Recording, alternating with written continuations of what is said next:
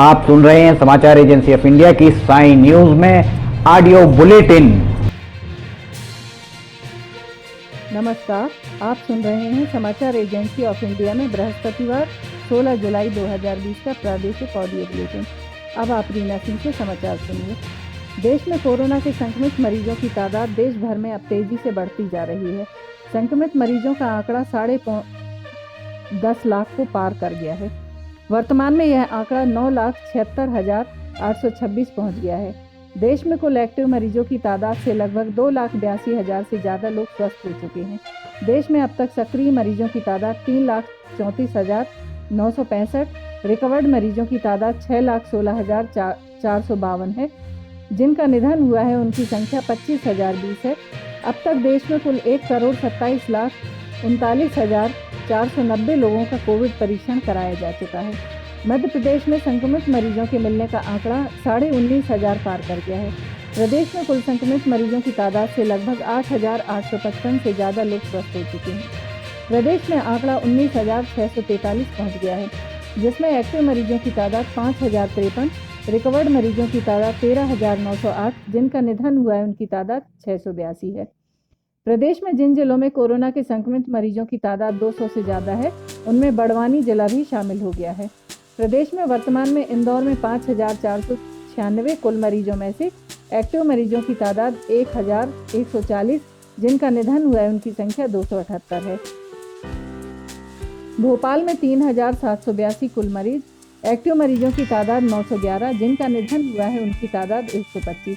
उज्जैन में 921 एक्टिव मरीजों की तादाद 56, जिनका निधन हुआ है उनकी संख्या 71। मुरैना में कुल मरीजों की संख्या 1,142, सक्रिय मरीजों की तादाद 429, जिनका निधन हुआ है उनकी तादाद 5। नीमच में 509 कुल एवं एक्टिव मरीजों की तादाद 48, जिनका निधन हुआ है उनकी संख्या 8। ग्वालियर में कुल 1,244 संक्रमित मरीजों में से 581 एक्टिव एवं 6 लोग काल कलवित हुए हैं। जबलपुर में कुल मरीजों की संख्या 643, एक्टिव मरीजों की तादाद 203, जिनका निधन हुआ है उनकी संख्या 16। बुरहानपुर में कुल 432 में से एक्टिव मरीजों की तादाद 15 एवं जिनका निधन हुआ है उनकी संख्या 23। सागर में कुल मरीजों की संख्या 471, एक्टिव मरीजों की तादाद 64 व जिनका निधन हुआ है उनकी तादाद 22। खंडवा में 454 कुल एवं एक्टिव 104 व जिनका निधन हुआ है उनकी संख्या 17। खरगोन में कुल 432 मरीजों में से एक्टिव मरीजों की तादाद 98 व जिनका निधन हुआ है उनकी संख्या 15। भिंड में 385 कुल संक्रमित मरीजों में से एक्टिव मरीज 87 है एवं एक मरीज का निधन हुआ है। देवास में कुल मरीज 283 एवं एक्टिव मरीजों की तादाद 52, जिनका निधन हुआ है उनकी संख्या 10। रतलाम में कुल तादाद 240 एवं एक्टिव मरीजों की तादाद 47, जिनका निधन हुआ है उनकी संख्या 6। धार में कुल संक्रमित मरीज 219 एवं सक्रिय मरीजों की तादाद 39 तथा जिनका निधन हुआ है उनकी तादाद 8। मंदसौर में कुल 233 संक्रमित मरीजों में से एक्टिव मरीज 89 एवं जिनका निधन हुआ है उनकी तादाद 9 एवं बड़वानी में कुल 209 संक्रमित मरीजों में से 66 एक्टिव एवं जिनका निधन हुआ है उनकी संख्या 64 है, जिनका निधन हुआ है उनकी संख्या 4 है। प्रदेश में सिर्फ पन्ना में एक्टिव मरीजों की तादाद 0 है। यहाँ 54 संक्रमित मरीज मिले थे जो अब पूरी तरह से स्वस्थ हो चुके हैं। गृह, जेल, विधि, विधायी और संसदीय कार्य मंत्री डॉक्टर नरोत्तम मिश्रा ने केंद्रीय जेल भोपाल का औचक निरीक्षण कर बंदियों के लिए किए गए प्रबंधों का अवलोकन किया। उन्होंने जेल की भोजनशाला और अति संवेदनशील अंडा सेल का भी निरीक्षण किया। मंत्री डॉक्टर मिश्रा ने कहा कि कोरोना संक्रमण काल को दृष्टिगत रखते पैरोल अवधि को 60 दिन और बढ़ाए जाने का निर्णय लिया गया है। इसके लिए विभाग उच्च प्राधिकार समिति को प्रस्ताव भेजेगा। समिति की अनुशंसा प्राप्त होते ही पैरोल अवधि में वृद्धि संबंधित आदेश जारी किए जाएंगे। पैरोल पर रिहा किए गए बंदियों की पैरोल अवधि 31 जुलाई को खत्म हो रही है। मंत्री डॉक्टर मिश्रा ने बताया कि कोरोना के संक्रमण काल में जेलों में बंद कैदियों को अपने परिजनों से बात करने के लिए वीडियो कॉन्फ्रेंसिंग की सुविधा उपलब्ध कराई जाएगी। इससे कैदी और उनके परिजन एक दूसरे को देखकर संवाद कर सकेंगे। उन्होंने बताया कि अभी भी जेलों में कैदियों को अपने परिजनों से टेलीफोनिक बात करने की सुविधा उपलब्ध कराई जा रही है। मंत्री डॉक्टर मिश्रा ने केंद्रीय जेल की भोजनशाला का भी निरीक्षण किया। उन्होंने कैदियों के लिए बनाए जा रहे खाने को चखकर भी देखा। डॉक्टर मिश्रा ने खाने की गुणवत्ता पर संतोष जताया। साथ ही निर्णय लिया कि वर्तमान कोरोना संक्रमण काल में कैदियों के इम्यूनिटी सिस्टम को सशक्त बनाने के लिए खाने के साथ सलाद अनिवार्य रूप से उपलब्ध कराया जाए। उन्होंने जेल महानिदेशक संजय चौधरी को निर्देशित किया कि प्रदेश के सभी जेलों में कैदियों को खाने के साथ में सलाद अनिवार्य रूप से उपलब्ध कराया जाना सुनिश्चित किया जाए। मंत्री डॉक्टर मिश्रा ने जेल निरीक्षण के बाद कहा कि कोरोना संक्रमण काल के मद्देनजर प्रदेश की भोपाल, ग्वालियर, इंदौर, उज्जैन, जबलपुर और सागर केंद्रीय जेलों में कोरोना वार्ड बनाए जाएंगे। उन्होंने कहा कि कैदियों के उपचार के लिए आवश्यक चिकित्सकों की व्यवस्था भी सुनिश्चित की जाएगी। मंत्री डॉक्टर मिश्रा ने केंद्रीय जेल में अति संवेदनशील सेल अंडा का भी निरीक्षण किया। उन्होंने वर्तमान में मौजूद व्यवस्थाओं पर संतोष जताया। साथ ही कहा कि व्यवस्थाओं को और अधिक पुख्ता करने के लिए आवश्यक विचार विमर्श कर निर्णय लिए जाएंगे। मंत्री डॉक्टर मिश्रा ने कहा कि कैदियों को जेलों में बेहतर वातावरण उपलब्ध कराने के लिए सभी आवश्यक प्रबंध भी किए जाएंगे। मंत्री डॉक्टर मिश्रा ने कहा कि जेलों में महिला बंदियों के लिए चूड़ी और बिंदी की व्यवस्था कराई जाएगी। निरीक्षण के दौरान जेल महानिदेशक श्री संजय चौधरी और केंद्रीय जेल अधीक्षक दिनेश नरगावे भी मौजूद थे। नरसिंहपुर जिले के आमगांव में एक तालाब में अचानक पीले नींबू के मेंढकों की उपस्थिति स्थानीय लोगों के कौतूहल और आकर्षण का केंद्र बन गया है।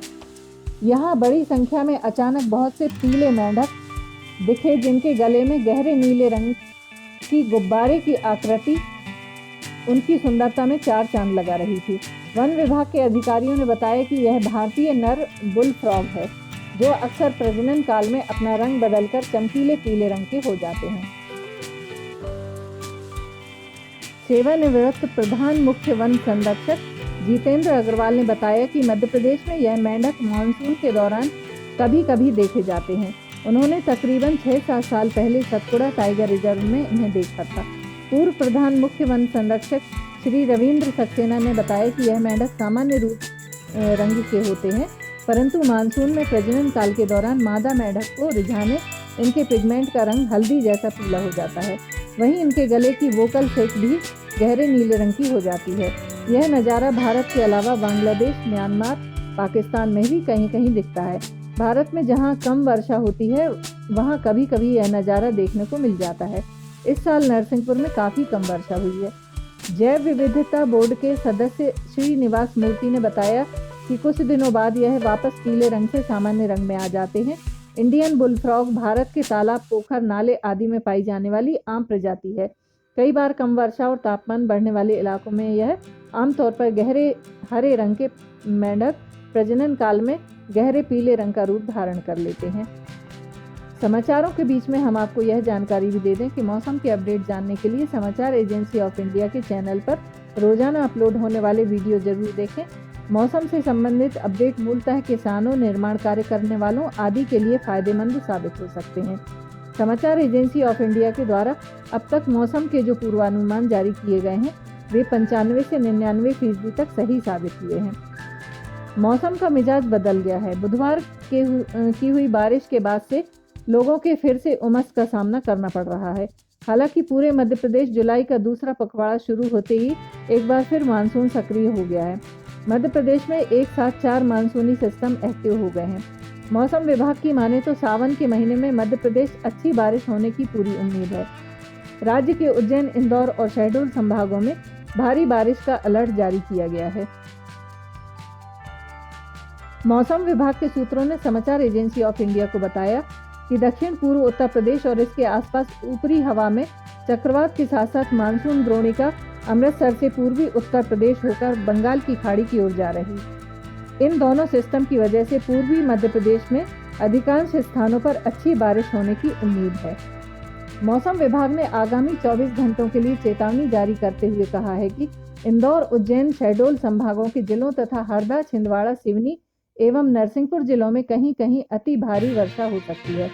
इसके साथ ही भोपाल, रीवा संभागों के जिलों में तथा अनूपपुर, शहडोल, नरसिंहपुर, बुरहानपुर, खंडवा, धार, इंदौर, नीमच, मंदसौर जिलों में कहीं कहीं गरज चमक के साथ बिजली चमकने गिरने की संभावना जताई है। कई नाबालिगों के यौन शोषण के आरोपी प्यारे मियां को लेकर पुलिस भोपाल पहुंच चुकी है। आरोपी को पुलिस इंडिगो एयरलाइंस की फ्लाइट से राजा भोज एयरपोर्ट लेकर पहुंच गई है। जानकारी के मुताबिक आरोपी प्यारे मियां को पहले श्रीनगर से दिल्ली लाया गया था।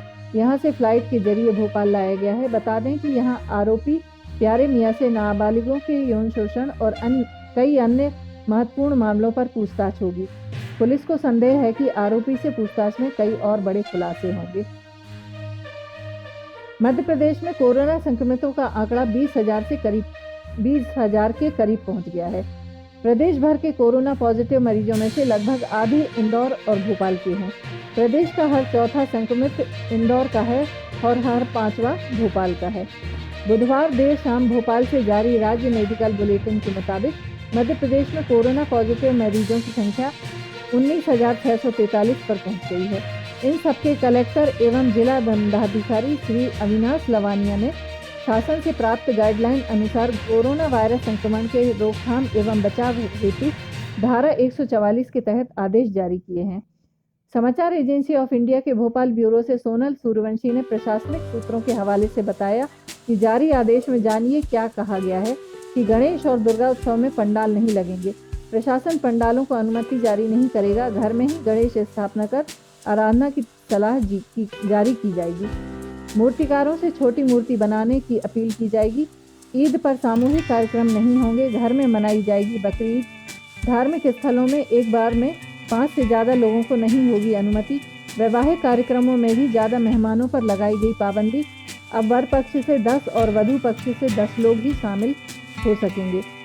अंतिम संस्कार में 20 से ज़्यादा लोगों को नहीं होगी अनुमति। इस आदेश का उल्लंघन करने वाले व्यक्ति भारतीय दंड संहिता की धारा 188 के तहत दंड के भागी होंगे। भोपाल में एक दिन का टोटल लॉकडाउन पहले की तरह ही जारी रहेगा। रविवार के दिन आवश्यक सेवाओं को छोड़कर शहर में टोटल लॉकडाउन रहेगा। बाजार बंद रहेंगे। लोगों के घरों से बाहर निकलने पर पाबंदी रहेगी। एक दिन के लॉकडाउन के बाद सिर्फ उसी क्षेत्र में हफ्ते या 10 दिन की सख्ती की जाएगी जहां पर कोरोना के केस बढ़ रहे हैं। भोपाल में टोटल लॉकडाउन की खबरें पूरी तरह से निराधार हैं। जबलपुर में एक महिला सूदखोर छोटे कारोबारियों को अपने जाल में फंसाकर उनको हजारों में दिया कर्जा लाखों पर कर देती थी। यह महिला सूदखोर एक मुश्त रकम देकर ब्याज सहित प्रतिदिन वसूलती थी। यदि देनदार ने रात्रि 8:30 बजे तक राशि नहीं दी तो उस दिन की किस्त की राशि व ब्याज 2 गुना हो जाता था। इस तरह इस महिला सूदखोर ने कई लोगों को अपने जाल में फंसाकर रुपये ऐंठे। गोहलपुर पुलिस ने महिला सूदखोर के खिलाफ कर्जा एक्ट के तहत प्रकरण दर्ज किया है। समाचार एजेंसी ऑफ इंडिया के महाकौशल ब्यूरो से सुमित खरे ने पुलिस सूत्रों के हवाले से बताया कि गोहलपुर थाना क्षेत्र निवासी एक युवती को महिला सूदखोर से ब्याज पर 6,000 रुपये लेना भारी पड़ रहा है। वह 2 साल से प्रतिदिन किस्त और ब्याज सहित 140 रुपये चुका रही है। युवती अब तक 1 लाख रुपये दे चुकी है। इसके बाद भी उधारी समाप्त नहीं हुई है। महिला सूदखोर के चंगुल में कई अन्य महिलाएं भी फंसी हैं। त्रिमूर्ति नगर निवासी तान्या सेन ने शिकायत में बताया कि उसकी मां पूनम सिंह ने 2 साल पहले हर्षा टेकवानी से ब्याज पर 6,000 रुपये लिए थे। हर्षा को 100 रुपये दिन तक किस्त और ब्याज सहित प्रतिदिन 140 रुपये देने थे। रकम रात 8 बजे देना होता था। इसके बाद वह दोगुना रकम लेती थी। शिकायत में कहा कि रकम के बदले ब्लैंक चेक लेती है। पैसे नहीं चुका पाने पर बैंक में चेक लगाकर बाउंस कराने की धमकी देती है। गोहलपुर पुलिस के अनुसार महिला के खिलाफ मामला दर्ज कर उसकी तलाश की जा रही है। मध्य प्रदेश पुलिस का बर्बर चेहरा देख आपके रोंगटे खड़े हो जाएंगे। गुना में जमीन खाली कराने पहुंची पुलिस ने दलित किसान की बेरहमी से पिटाई की है। किसान पुलिस और अफसरों के सामने मिन्नतें करता रहा, लेकिन पत्थर दिल अफसरों का दिल नहीं पसीजा और ताबड़तोड़ लाठियां बरसाते रहे। वीडियो वायरल होने के बाद प्रदेश में हंगामा मचा हुआ है, लेकिन शिवराज सरकार इस पूरे प्रकरण पर चुप है। पुलिस पिटाई के बाद किसान ने कीटनाशक पी लिया था। इसके बाद वह बेसुध होकर जमीन पर गिर गया था। पिता को बेसुध पड़े देख 7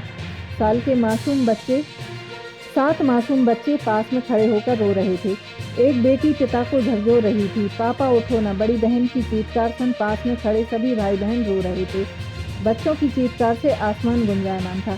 सोशल मीडिया पर जारी वीडियो में साफ दिख रहा है कि बच्चों की चीत्कार सुन लोग भावुक हैं, लेकिन बेरहम पुलिस वाले चुपचाप खड़े होकर तमाशे देख रहे हैं। पास खड़े पुलिस वाले किसान को तुरंत अस्पताल ले जाने की कोशिश भी नहीं कर रहे हैं।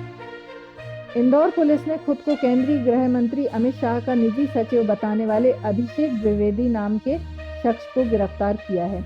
उसने मध्य प्रदेश के 2 आरटीओ के तबादले के लिए केंद्रीय मंत्री नितिन गडकरी को फोन लगाया था। इस मामले में दिल्ली क्राइम ब्रांच ने केस दर्ज कर जांच शुरू की थी, जिसके बाद फोन लगाने वाले की लोकेशन इंदौर में मिली और उसे पुलिस ने ग्वालटोली इलाके से गिरफ्तार कर लिया। अब इंदौर पुलिस इसे दिल्ली क्राइम ब्रांच को सौंपेगी। आईएफएस कैडर के निजी सचिव के नाम का उपयोग करते हुए आरोपित ने केंद्रीय मंत्री नितिन गडकरी को फोन लगाया था। अब दिल्ली पुलिस इससे पूछताछ कर पता लगाने की कोशिश करेगी कि उनसे और भी लोगों को अधिकारी के नाम पर फोन तो नहीं लगाया। उसे ट्रांजिट रिमांड पर लेने के लिए दिल्ली क्राइम ब्रांच की टीम पहुंच गई है। इंदौर पुलिस ने उसे कोर्ट में पेश कर दिया है। प्रदेश के छिंदवाड़ा में जिला बीजेपी कार्यालय में बुधवार को एक कार्यक्रम में पूर्व विधायक रमेश दुबे के बोल बिगड़ गए और उन्होंने प्रदेश के पूर्व मुख्यमंत्री कमलनाथ को नक्सली कह दिया। बीजेपी कार्यालय में समारोह राज्य मंत्री रामकिशोर कावरे के लिए आयोजित किया गया था, जो शिवराज कैबिनेट में मंत्री बनने के बाद छिंदवाड़ा पहुंचे थे। इसी सभा में